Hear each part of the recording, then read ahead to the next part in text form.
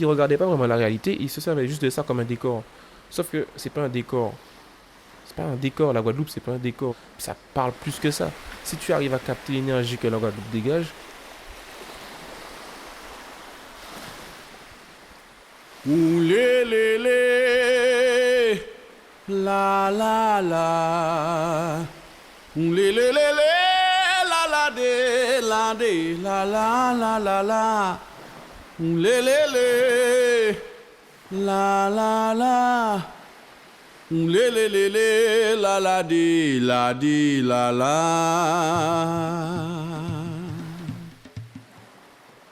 à la poser, qu'à regarder le soleil qu'à coucher, écouter la pluie qu'à tomber, qu'à marcher si ça chaud, comme si c'est poussière à differ. Deux, trois petits foulées pour l'air marin puis passer, qu'à dire bon Dieu merci pour tout ça qui est passé. Quand dans la vie, il compte à Wistiti. Faut ou tien bay des bons chao avant de laisser yon parti. Qui ou là, qui ou pas là, faut que ready. Mais ok, ça tombe du plus haut. Lève qu'à bigidi.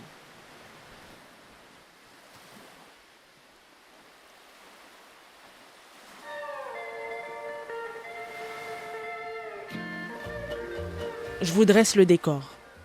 Plage, cocotiers, forêt complètement vierge, des paradis à découvrir avec des habitants, extension de cette nature luxuriante, accueillant, toujours souriant, naïf, ou au contraire sauvage et dangereux.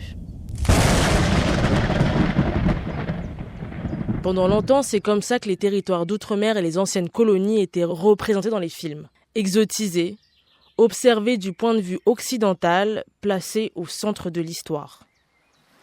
Tahiti, for generations the dream island of the Western world. A land of easygoing, fun-loving people. A land that has always represented escape from civilization. Je me souviens un jour être tombé sur Les Révoltés du Bounty, un film de 1962 avec le célèbre Marlon Brando. L'histoire se déroule à Tahiti et trace l'histoire vraie d'une mutinerie qui a eu lieu sur le navire du Bounty en 1789. Un navire missionné par l'Empire colonial britannique pour se rendre dans le Pacifique Sud. Dans le film, l'accent est mis sur la beauté des paysages. Et les Tahitiens sont des figures décoratives. Position lascive, les femmes polynésiennes sont représentées de façon sensuelle, hypersexualisée, renforçant le mythe de la vainée développé en Occident pendant la période de la colonisation, avec la diffusion des récits de voyage. À travers le mythe de la vainée, la femme polynésienne est décrite comme exotique, sensuelle, docile et accessible, une sorte de muse sauvage qui incarne une sexualité primitive, idéalisée. Et le récit se concentre exclusivement sur la perspective des officiers britanniques, occultant la voix des Polynésiens et minimisant les violences coloniales présentes à cette époque. Alors oui, ce film a fortement contribué à populariser la Polynésie française, et notamment du point de vue touristique. Mais à quel prix ? N'a-t-il pas permis de renforcer les imaginaires, les violences, d'aliéner les Polynésiens dans cette figure de l'autre, de l'exotique, d'une humanité lointaine ?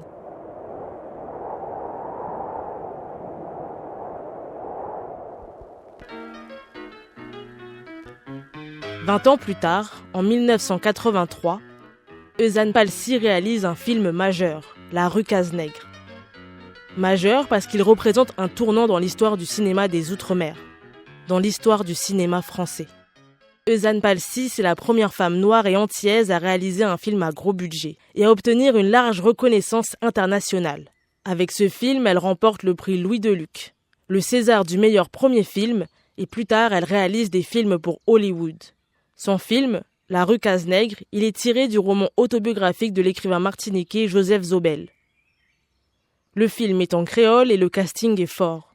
On y retrouve des artistes comme Eugène Mona et un grand nom du cinéma antillais, Darling Legitimus, qui remporte pour ce rôle le prix d'interprétation féminine à la Mostra de Venise. C'est la première fois qu'on se place du point de vue local, du point de vue d'un habitant d'outre-mer. On suit José, élevé par sa grand-mère, Mantine, dans une communauté d'anciens esclaves qui vivent dans la rue Cazenègre, un quartier d'ouvriers agricoles dans une plantation de canne à sucre. Le film se détache complètement des imaginaires coloniaux, d'une vision fantasmée. Non. On découvre avec José les injustices sociales, le racisme latent et la complexité de l'assimilation à la culture française dans une société post-esclavagiste profondément inégalitaire. Alors oui, ça m'a fait un choc en le voyant.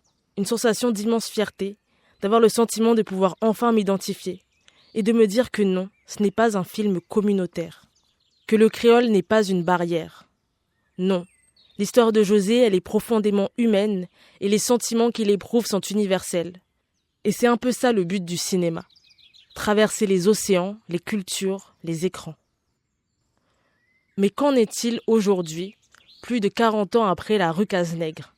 Ce que portait Eusanne Palsy à l'époque, un regard venu de l'intérieur, une volonté de raconter l'outre-mer depuis ses réalités, ses langues, ses territoires, reste toujours d'actualité. Avec par exemple des films comme Zion, du réalisateur guadeloupéen Nelson Foy, sorti cette année, montre cette volonté de raconter l'outre-mer depuis ses territoires et ses habitants.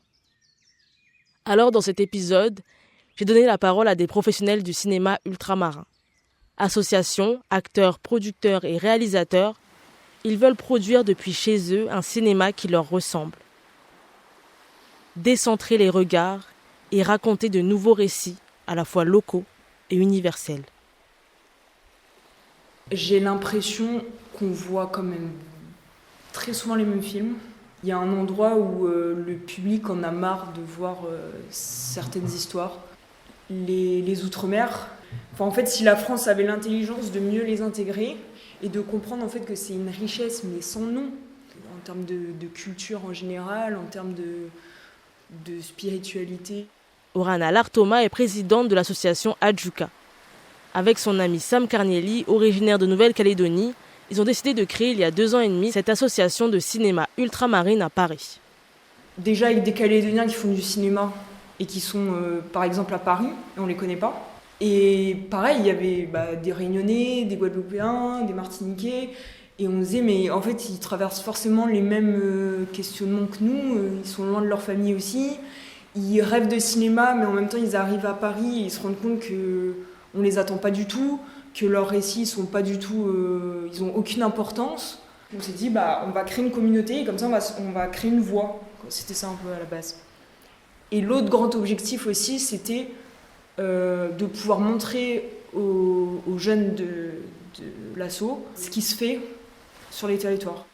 Souvent, on dit qu'il n'y a rien qui se fait sur les territoires et que du coup, ça ne sert à rien de revenir, ce qui est complètement faux. Et en plus, ces 20 dernières années, il y a un travail énorme qui a été fait sur plein de territoires. Et La Réunion en est l'exemple le plus parlant. Aujourd'hui, pour moi, c'est une des régions les plus dynamiques en termes de création de cinéma. Il y en a beaucoup qui s'éloignent de leur culture. Dans le cinéma, je veux dire, tu vois, ils vont pas forcément aller vers des projets qui touchent à leur culture ou quoi, parce qu'il y a pas forcément de projet à la base qui parlent de ça. Et du coup, ils vont rentrer dans le côté un peu plus mainstream. Et sauf qu'en fait, si c'est pas eux qui font des films sur leur culture, il y a personne qui va les faire. Ou alors ça va être mal fait. On en a eu plusieurs exemples. Si les récits ultramarins peinent encore à s'imposer dans le paysage cinématographique français, certains territoires comme la Guyane tracent leur propre voie. Depuis 2014, un fonds de soutien local mis en place avec le CNC, l'État et la collectivité territoriale de Guyane accompagne l'écriture, le développement et la production de films. Et ce soutien a permis l'émergence d'un véritable écosystème. Des œuvres comme Coup tes voix de Maxime Jean-Baptiste, primé à Locarno ou Transamazonia de Pierre Marais, coproduite à l'international, témoignent de cette dynamique. C'est important pour moi d'écrire en Guyane parce qu'en me déplaçant dans le monde, je me suis rendu compte qu'on a en Guyane une particularité. C'est pas les Antilles, même s'il y a quelques similitudes. C'est pas la France. En fait, on est des Sud-Américains et tout ce qui se passe dans le monde se répercute en Guyane. Un vivier extraordinaire d'histoire humaine et c'est des langues qu'on ne connaît pas, des faciès qu'on ne connaît pas, des mélanges qu'on ne connaît pas, et tout ça, c'est de la richesse. Marvin Nyamb est un réalisateur guyanais. Il a remporté plusieurs prix dans le prix de la Révélation au festival Nouveau Regard pour son court-métrage Gloria, dans lequel il traite d'inceste. Pour lui, la Guyane, ce n'est pas un lieu de tournage exotique. C'est un territoire vivant, riche de récits, encore trop peu raconté. Et le cinéma a besoin de ça, en fait. Parce que si on se retrouve à raconter les mêmes histoires, les mêmes points de vue, et toujours la même chose, ça tourne en rond et on a besoin de ce truc nouveau. Et la Guyane, en termes d'inspiration, c'est une pépite, c'est un délire, c'est un bijou. En Guadeloupe, la filière audiovisuelle s'est progressivement structurée depuis la première convention signée avec le CNC en 2005. Ce soutien a permis l'émergence de projets ambitieux et la création d'un tissu professionnel local. Mais aujourd'hui, la dynamique reste fragile. Les inquiétudes autour du renouvellement de la convention et les baisses budgétaires annoncées menacent directement les capacités de production sur le territoire. On entend des discours type la région qui nous dit la culture, pour eux, c'est secondaire, quoi. Ça rapporte pas ou un délire comme ça, qui n'a aucun sens, puisque un pourcentage plus élevé que 50% des touristes viennent dans des pays parce que justement, ils les ont vus dans des films. On sait qu'en Guadeloupe, il y a Death in Paradise, et donc beaucoup de gens connaissent ça. Il y en a qui viennent à juste pour ça, pour voir le tournage. Donc quand on entend la région, on nous dit ouais, ça rapporte pas, c'est pas important, machin. Bon, on peut pas vraiment discuter, quoi. Dans ce contexte incertain, certaines structures continuent pourtant de porter la création locale. C'est le cas de Zayan Film, une société de production créée par Yannick Rosine et Séverine Gims, implantée en Guadeloupe, qui accompagne des auteurs et développe des projets enracinés dans les réalités ultramarines. Les films qu'on a fait tous, Timouna et Chabine et Kiola Kiupala, sont dans les circuits scolaires. J'ai eu à échanger avec les élèves, avec les jeunes, sur l'impact à chaque fois. Les débats dépassent généralement ce qu'on avait envie. Et c'est pour ça que ma ligne éditoriale, elle est très, très particulière et elle est pas, alors j'ai pas envie de dire qu'elle est pas vendable, parce que quand les films sont bien faits, c'est généralement ce genre de films qui réussissent. Malheureusement, le public consomme beaucoup de films violents, puis comme ça. Et c'est embêtant parce que on fait pas assez de films comme les nôtres pour pouvoir changer la donne. Et donc, je constate que beaucoup de films violents entraînent la violence à côté. Donc, en soi, je me dis que si je peux avoir un impact, si je peux faire réfléchir, si je peux apporter ma pierre dans une espèce de construction positive, ça, c'est motivant. Les productions de Zayan Film prennent place dans un contexte où la Guadeloupe cherche à affirmer sa voix cinématographique, malgré les baisses budgétaires et les difficultés économiques. Grâce à des initiatives comme le Pass Culture, ces œuvres trouvent un écho auprès des jeunes, favorisant la transmission de récits porteurs de messages sociaux et culturels forts. Parmi les talents qui participent à cette dynamique, plusieurs acteurs issus des productions Zayan poursuivent aujourd'hui leur parcours, comme Yanis Olivari, qui a notamment joué dans Le Dernier Lien et Kiola Kiupala. Les deux projets, donc deux courts-métrages que j'ai fait, c'est des courts-métrages qui ont ouvert des débats. Donc, Kiola Kiupala au sujet de la sexualité et des grossesses non désirées chez les jeunes.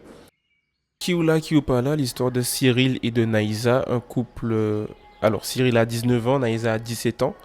Et ils se rendent compte que... Naïsa se rend compte surtout que elle est enceinte. Et elle annonce ça à Cyril. Donc, ça, c'est une situation qui, je pense, locale, avec le nombre de grossesses jeunes chez les jeunes, mais aussi mondiale. On se rend compte que ça touche tout le monde et que la sexualité et surtout les grossesses sont très tabous déjà chez nous aux Antilles et dans le monde aussi. Mais c'est surtout un film qui ouvre un débat, tu vois. C'est surtout les débats après ce court-métrage qui m'intéressent. Pour Marvin Yam, les films sont aussi un objet de dialogue. Dans Gloria et Parce que je t'aime, il aborde les violences intrafamiliales. J'ai choisi d'en parler parce que déjà, ce sont des choses qui peuvent me révolter. Il y a ces problématiques à plein d'endroits. Les raconter avec un prisme et des langues locales, ça permet de sensibiliser. Je vois l'objet filmique comme un objet qui doit servir aussi en local. Il faut créer un électrochoc, raconter des histoires. Et moi, je suis plus du style à mettre les pieds dans le plat et à y aller et dire les choses, en fait.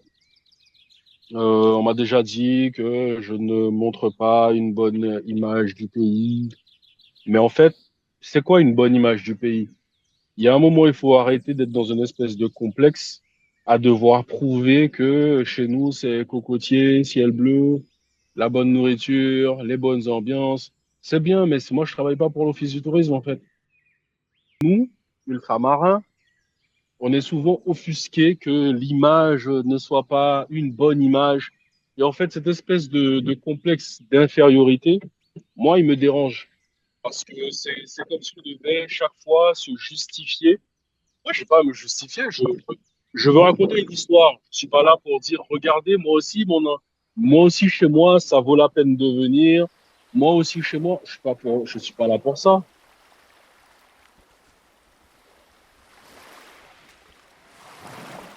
Yannick Rosine, le fondateur de Zayan Film, souhaite revitaliser le cinéma guadeloupéen. Grâce notamment à la compétition Les 48 heures du cinéma, où les compétiteurs doivent produire un court-métrage en 48 heures, mais aussi son association qui œuvre à réhabiliter le Rex. Bien avant que la zone, pour ceux qui connaissent Dotema et les multiplexes qui sont maintenant présents, il était l'unique cinéma en Guadeloupe. Et à cause du Covid, il a dû fermer. Donc, il était un petit peu en désuétude, si je peux dire ça comme ça. Et en fait, nous, l'association, on a loué les locaux. Et en louant les locaux par rapport aux propriétaires, on a pensé à un projet qui visait à le réhabiliter de façon à en créer un espace de création. Alors, certes, il y aura quand même des salles pour diffuser, mais le but, c'était d'avoir une chaîne complète, de l'écriture jusqu'à la diffusion, même après, dans un café-restaurant où on pourrait recevoir le public et encore échanger sur l'espace. C'est un cinéma qui est assez patrimoine, on va dire, en Guadeloupe, puisque pendant plusieurs années, c'était le seul. Beaucoup de personnes ne connaissent, ou en tout cas n'ont connu que ce cinéma, surtout à Pointe-à-Pitre. C'est un enjeu, je vais dire, à la fois régional, local, par rapport au quartier de Pointe-à-Pitre, puisqu'il n'y a pas de cinéma là, par rapport à la vie qu'il y a autour aussi, puisque à l'époque, il amenait une certaine vie. Donc, l'objectif, est en fait, c'est en partenariat avec plusieurs institutions en Guadeloupe, dont la région, la ville de Pointe-à-Pitre, c'est de remettre ça en place. Pour accompagner ces dynamiques locales, la formation joue un rôle clé. En 2023, l'école Courtrajmé Caraïbes s'est implantée en Guadeloupe. Il s'agit de l'antenne caribéenne de l'école fondée par Lajli, en banlieue parisienne, avec un principe fort. Rendre les métiers du cinéma accessibles à tous, sans condition de diplôme. L'objectif est de former une nouvelle génération de professionnels ancrés dans leur territoire, capables de raconter leurs propres récits. Yanis Olivari a suivi la formation en tant qu'acteur. C'était une formation de 6 mois super intense, vraiment, où on a pu apprendre, et je suis très content de ça, très reconnaissant, avec nos ouvrages. Donc, quand je dis nos ouvrages, c'est ouvrages caribéens, ouvrages afro-descendants aussi. Il y avait une formation théâtre et une formation acteur. Donc avec le théâtre, tu as beaucoup de livres où tu vas mettre en scène des textes, et c'est des textes de chez nous. Et c'est ça qui est bien, parce que j'avais peur de me lancer dans ce genre de formation et devoir forcément partir en France et forcément étudier du Shakespeare ou des choses comme ça. Enfin, je dis pas qu'il faut pas l'étudier, tu vois, mais j'avais envie de partir avec une base qui est la mienne, tu vois. Et même on s'est servi du Gwoka, parce que je trouve que l'acting et la musique, c'est des choses qui sont très liées. On a une culture qui est très imagée. Et le Gwoka, c'est aussi, en fait, de l'acting pour moi, d'une certaine manière. Tu vois, quand tu chantes, tu racontes des histoires. Quand tu danses, tu racontes des histoires. Et on s'est servi de ça aussi.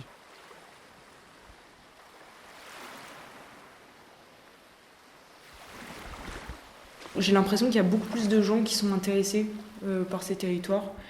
Et je l'ai vu, ne serait-ce que dans ma scolarité, tu vois, quand j'ai fini ma prépa, j'ai fait un oral pour me préparer à la FEMIS, et j'en ai pas fait d'autres parce qu'ils m'ont saoulée. Ils m'ont dit que ça allait pas intéresser que je parle des Outre-mer. Parce qu'on n'y connaît rien, c'est pas intéressant, c'est trop niche, c'est machin. Et du coup, j'étais en mode, allez vous faire foutre. Moi, je vais parler de ça, parce que de toute façon, c'est ça mon projet. Donc, si ça les intéresse pas, je n'irai pas à la FEMIS. Alors que c'était mon rêve depuis le collège. Mais en fait, là, je pouvais plus voir autrement mon engagement dans le cinéma, quoi. Ça devait forcément passer par là. Et du coup, je me suis dit, en fait, je vais faire complètement l'inverse de ce qu'ils me disent, c'est que je vais parler que de ça. Donc, j'ai parlé que de ça. Et en fait, ça a plu. Et ils se sont dit, on connaît pas, mais justement, ça nous intéresse de connaître. Et j'ai vraiment senti qu'ils se disaient que ça pouvait être porteur d'avenir, quoi.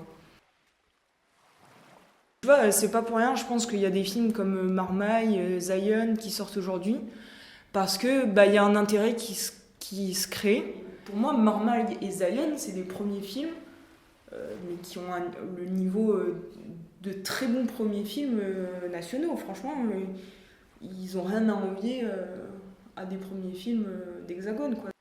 Faut pas attendre aussi qu'on nous fasse notre place non plus. Hein. Et c'est là où, avec Ajuka aussi, on essaie d'avoir un discours politique, mais en même temps d'être dans la construction. Parce que je pense que ça a pas mal changé, tu vois, la génération avant nous, ils sont beaucoup dans le combat, parce que ils ont dû se battre pour se faire leur place. Et nous, je pense que c'est un peu différent.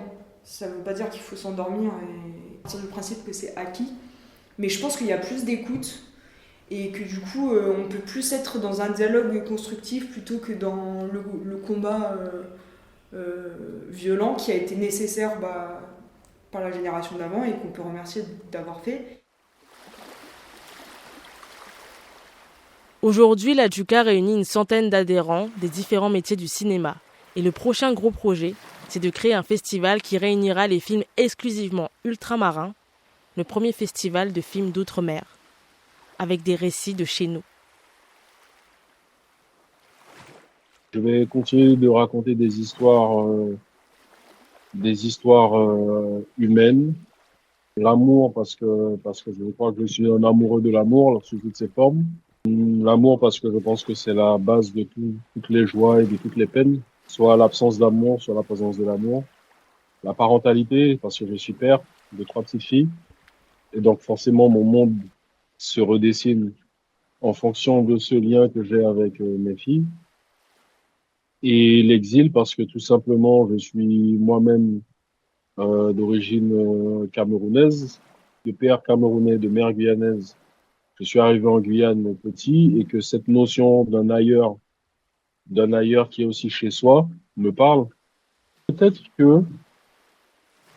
qu'en fonction de d'où on se trouve, l'expression de l'amour est différente.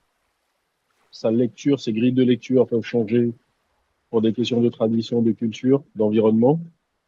Exprimer l'amour quand on est français, c'est pas exprimer l'amour quand on est chinois, c'est pas exprimer l'amour quand on est camerounais. Et même dans ça, je dis des choses. Français, qu'est-ce que ça veut dire? Est-ce qu'un Corse aime comme un Breton? Est-ce que un Bassa aime comme un Bamileke? Il l'exprime de la même façon? Là encore, tout change en fait. Donc il y a un fil rouge qui est l'amour. Et après, forcément, le faire en Guyane, c'est teinter l'expression de cet amour. Quel type de rôle j'aimerais? En vrai, un rôle de révolutionnaire, un rôle de Neg-Mahon, un rôle de père antillais, un rôle de fou. Genre, j'aurais touché un peu à tout en vrai, tu vois. Mais toutes les figures qui pourraient marquer la Guadeloupe. Parce qu'on a beaucoup d'histoires en vrai, en Guadeloupe. M'arrive un pays ayo, maman, maman, pays manso. M'arrive un pays ayo, à l'horizon la terre qu'a joint les ciels, maman. M'arrive un pays ayo, maman. Béton assis, béton coulé. M'arrive un pays ayo, maman. La ri assis, la ri roulé. M'arrive un pays ayo, maman. Sport ayo roulé, si ferraille enragé. M'arrive un pays ayo, maman. Oh là les banjo guitare, maman. M'arrive un pays ayo, maman. River la capitale, c'est vrai. Qui était Eliman? Eliman était ce qu'on ne devait pas devenir et qu'on devient lentement. Il était un avertissement qu'on n'a pas su entendre. Cet avertissement nous disait, à nous, écrivains africains, inventez votre propre tradition, fondez votre histoire littéraire, découvrez vos propres formes, éprouvez-les dans vos espaces, fécondez votre imaginaire profond, ayez une terre à vous.